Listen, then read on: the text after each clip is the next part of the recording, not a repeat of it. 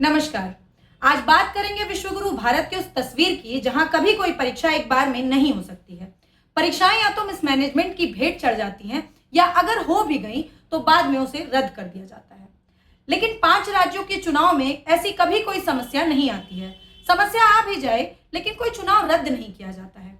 और हो भी कैसे, रणनीति इतनी स्ट्रांग है तो जो सरकार चुनाव में 15 से 20 गाड़ियों का काफिला लेकर चुनाव प्रचार करती है, वही सरकार चुनाव खत्म होते ही जनता से कहती है कि पेट्रोल कम इस्तेमाल करिए, सोना मत खरीदो, वर्क फ्रॉम होम करो, पब्लिक ट्रांसपोर्ट यूज करो।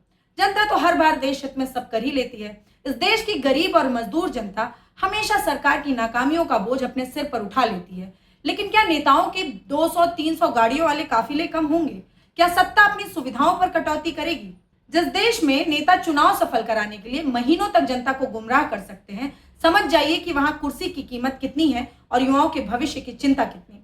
3 मई 2026 को NEET UG medical entrance exam आयोजित किया गया, लेकिन परीक्षा से पहले, परीक्षा के दौरान ही पेपर लीक, बड़े पैमाने पर धांधली और अनियमितताओं का मामला सामने आया। एक 150 पेज का गेस्ट पेपर या क्वेश्चन बैंक परीक्षा से पहले व्हाट्सएप पर शेयर किया गया था, जिसमें से 120 से अधिक सवाल रियल पेपर से मैच हो गए, जिसके बाद 22 लाख से अधिक छात्रों द्वारा दी गई इस परीक्षा को एनटीए ने रद्द कर दिया।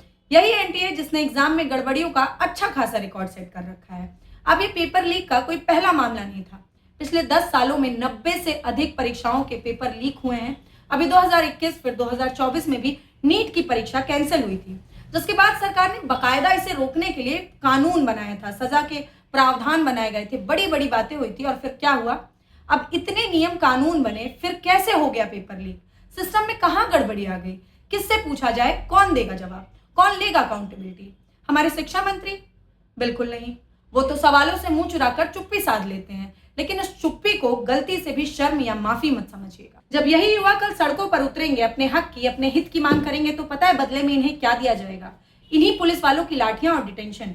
याद होगा आपको एसएससी फेज 13 की परीक्षा, जिसमें टेक्निकल एरर और मिसमैनेजमेंट के चक्कर में कुछ सेंटर्स की परीक्षाएं बिना किसी पहले से सूचना के रद्द कर दी गई थी, जहां दूर दराज से आए हुए स्टूडेंट को सेंटर पर पहुंचकर पता चला कि अरे पेपर तो कैंसिल हो गया। जब स्टूडेंट्स ने जवाब मांगा, वेंडर बदलने की मांग की, प्रोटेस्ट किया, तो बदले में उन्हें क्या दिया गया? पुलिस की लाठियां और हिरासत। वैसे तो एग्जाम सेंटर में घुसने से पहले दुनिया भर की चेकिंग होती है, इतनी कड़ी व्यवस्था कि आपका दिमाग चकरा जाए। बच्चों के शरीर से एक एक वस्तु जो नकल का संदेह पैदा कर सकती है, चाहे घड़ी हो, पानी की कोई बोतल हो, नथुनी हो, बाली हो, जूते मोजे, कलावत तक उतरवा लिए जाते हैं। लेकिन वहीं आपके सिस्टम के अंदर बैठा कौन व्यक्ति पेपर लीक करा रहा है, ये आपको नहीं पता चल पा रहा है। वाह! या फिर आप जानना ही नहीं चाहते हैं, क्योंकि आपके लिए वो 23 लाख बच्चों का भविष्य बस एक मजाक है।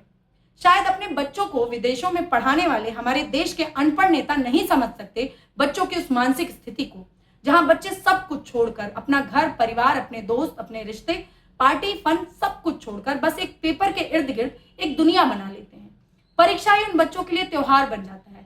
परीक्षा होती है, किसी की आंखों में डॉक्टर बनने का सपना होता है, किसी के दिल में घर वालों का सपना पूरा करने का सुकून होता है, किसी को लगता है कि अब तो उसकी दुनिया बदल जाएगी, और फिर एक नोटिफिकेशन आता है, एग्जाम कैंसल्ड।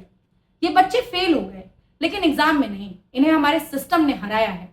क्योंकि यूथ का टाइम, उनकी मेंटल हेल्थ, उनकी एनर्जी से हमारे सिस्टम को कोई फर्क नहीं पड़ता है। किसी भी देश का भविष्य सिर्फ इमारतों, हाईवे और योजनाओं से नहीं बनता है, बल्कि उन युवाओं से बनता है जो उम्मीद लेकर पढ़ते हैं। और जिस राष्ट्र की नींव उसके युवा होते हैं, अगर वही युवा हर साल भ्रष्ट व्यवस्था, पेपर लीक और इस अनिश्चित भविष्य के बीच पिसते रहेंगे, जब सिस्टम उनकी मेहनत को ही मजाक बना दे, तो हम कैसे सोच सकते हैं कि हमारे देश की नींव जो है वो मजबूत बनेगी? अमित शाह जी कहते हैं कि गुंडों को लटका कर सीधा कर दूंगा। तो सवाल ये है कि 23 लाख युवाओं के भविष्य के साथ खिलवाड़ करने वाले इन पेपर माफियाओं का क्या होगा? क्यों कभी किसी बड़े चौराहे पर इनका उदाहरण नहीं बनाया जाता है? क्या कभी उन अमीर लोगों को सजा हुई जिन्होंने लाखों रुपए देकर अपने बच्चों के लिए ये पेपर खरीदे? क्या कभी उन लोगों की संपत्ति जब्त हुई? क्या कभी कोई ऐसी सजा हुई जिससे अगली बार कोई भी युवा के भविष्य के साथ खेलने की हिम्मत ना करे? किसी का बाप जमीन गिरवी रखता है, किसी माँ के गहने बिक जाते हैं, तब जाकर एक बच्चा डॉक्टर बनने का सपना देखता है, और आपका सिस्टम एक नोटिफिकेशन, सिर्फ एक नोटिफिकेशन में वो सपना रद्द कर देता है। हम अपनी तुलना विदेशों से करते हैं ना, तो देखिए चीन का गाओकाओ एग्जाम, दुनिया के सबसे कठिन एंट्रेंस एग्जाम में से एक, जहां 1,33,00,000 से ज्यादा छात्र बैठते हैं, लेकिन वहां पेपर लीक रोकने के लिए सेना तक की मदद ली जाती है। पेपर जेलों में छपते हैं, पेपर सेट करने वाले विशेषज्ञों को परीक्षा खत्म होने तक बाहरी दुनिया से काट दिया जाता है।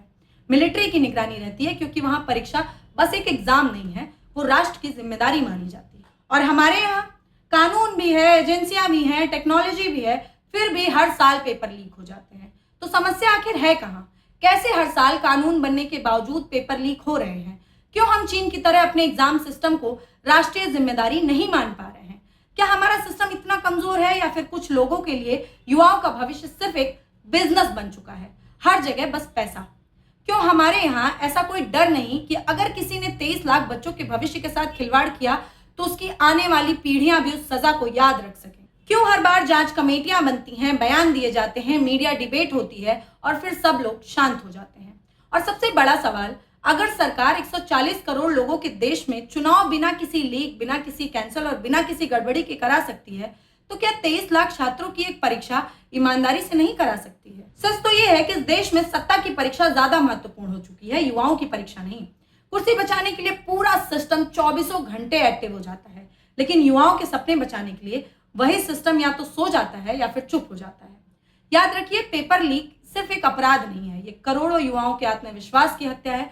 ये उस गरीब माँ बाप की उम्मीद का मजाक है जिसने खेत गिरवी रख दिया, उस माँ के त्याग का अपमान है जिसने अपने गहने बेच दिए, और उस छात्र की मानसिक लड़ाई पर हमला है जिसने अपनी पूरी जवानी सिर्फ एक परीक्षा के नाम पर कर दी है। किसी भी राष्ट्र की असली ताकत उसके युवा होते हैं। अगर वही युवा हर साल इस भ्रष्टाचार, पेपर माफिया और सिस्टम की लापरवाही के नीचे कुचले जाएंगे तो फिर विश्व गुरु बनने का भाषण सिर्फ मंचों तक ही रहने दीजिए। इस पूरी घटना पर आप क्या सोचते हैं, कमेंट करके जरूर बताइए और ऑब्जर्वर पोस्ट को सब्सक्राइब करना मत भूलिए। धन्यवाद।